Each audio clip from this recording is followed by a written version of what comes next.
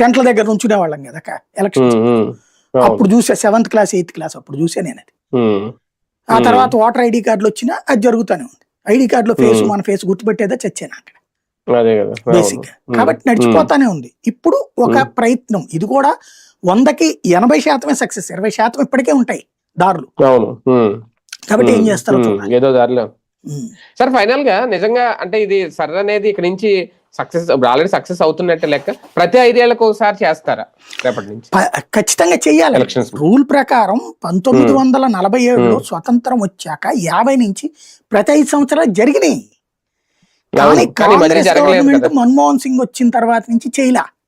అదే అవును, వాజ్పేయి టైంలో కూడా జరిగింది సర్రు, అవును, తర్వాత నుంచి జరగల. కాకపోతే ఆ పేరు చెప్పి హడావిడి లేదు, కూల్ గా నడిచిపోయేది అంతకు ముందు. ఇప్పుడు ఆ తర్వాత బద్ధకం వచ్చింది, ఇప్పుడు చేపిస్తున్నారు అంతే తేడా.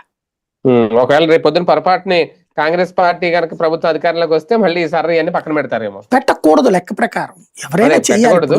వీళ్ళు ఏం చేయాలి, కాంగ్రెస్ వాళ్ళు తెలివైన వాళ్ళు అయితే ఇంత ముందు వాళ్ళు వాడారండి. ఈ దఫా బీజేపీకి వచ్చింది అస్త్రం ఏంటి అంటే, కాంగ్రెస్ 2009లో అధికారంలో ఉంది, సెంటర్ లో స్టేట్ లో కూడా. ఏం చేసింది, నియోజకవర్గాల పునర్విభజనలో వాళ్ళ గేమ్ నడిపారు. ఇప్పుడు ఫర్ ఎగ్జాంపుల్ ఆంధ్రప్రదేశ్ లో మీకు తెలుసు, పత్తిపాడు ఒకప్పుడు తెలుగుదేశానికి కంచుకోట, ఎప్పుడు వాళ్ళే గెలుస్తుంటారు, సామాజిక వర్గం బలమైనటువంటి ఏరియా.